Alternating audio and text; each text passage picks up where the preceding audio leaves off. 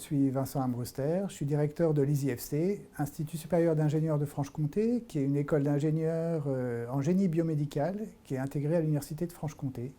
Je vais vous présenter un peu le principe des Living Labs, qui est une façon de penser un peu différemment l'innovation, puisque au départ, le principe d'innovation initiale, souvent, c'est qu'on part d'un besoin ou d'une idée qu'on veut appliquer à un handicap, un patient quelconque.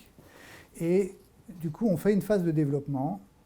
Et puis après, derrière, on va tester avec justement l'usager pour savoir un petit peu si le développement qu'on a fait correspond bien aux besoins. Et il y a souvent beaucoup d'allers-retours qui sont faits a posteriori pour pouvoir arriver après derrière à un produit en fait. Et donc, le concept des Living Labs, c'est un petit peu de changer un peu les choses en termes d'innovation et de réunir tout le monde, tous les participants des projets, autour de l'usager et que finalement l'usager soit au centre de la réflexion, qu'il intervienne à tous les points de conception et qu'il puisse donc participer et valider finalement chaque point et chaque développement de produit.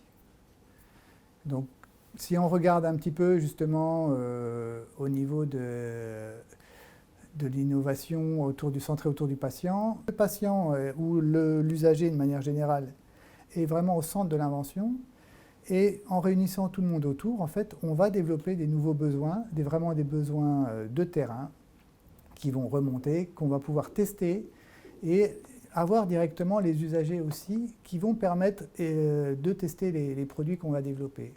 Donc l'atout, il est essentiellement de pouvoir concevoir avec eux, de tester en temps réel, d'appliquer les essais, les modifications pour voir si ça convient.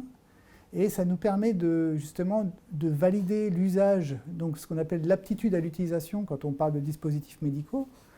C'est-à-dire valider cette aptitude à l'utilisation directement autour du produit que l'on est en train de concevoir et qui soit vraiment optimisé pour le patient et l'usager et qui réponde à un vrai besoin et pour que finalement le marché puisse s'ouvrir derrière et développer un produit qui arrange et donc qui intéresse beaucoup de personnes. Donc l'idée c'était de dire profiter de cette dynamique et de cette synergie pour pouvoir proposer quelque chose d'innovant autour de la santé et notamment du sport pour la santé. Et donc ce territoire, on va y trouver des acteurs phares. Alors déjà, évidemment, l'Université de Franche-Comté, puisque l'idée vient justement d'une façon de penser l'université un peu différente autour de collégiums, c'est-à-dire de matières qui peuvent se rapprocher. Et là, on a justement trois universités ou trois composantes de l'université qui se sont rassemblées pour penser à cette problématique. Donc évidemment, on a l'université de santé, l'UFR Santé, qui est forcément active. On a l'UFR Sport. Et il y a également donc l'ISIFC, dont je suis le directeur, là, et qui propose justement une formation autour du dispositif médical. Et donc on a des ingénieurs qui sont capables de concevoir, d'appliquer des dispositifs médicaux pour répondre à ces besoins et tester sur les usagers.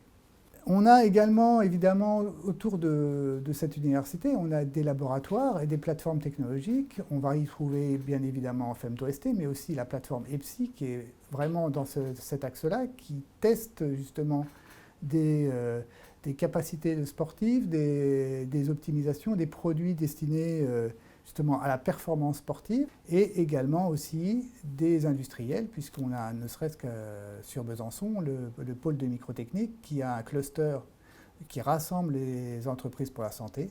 Pour conclure, on a un beau dossier qui met en synergie tous les acteurs du territoire, que ce soit de la recherche, de la formation et de la santé, pour pouvoir justement proposer des nouvelles choses sur ce territoire du Grand Besançon et arriver finalement à terme à développer des nouveaux outils et pour pouvoir laisser tout le monde en forme le plus possible, quelle que soit sa pathologie et quel que soit son âge.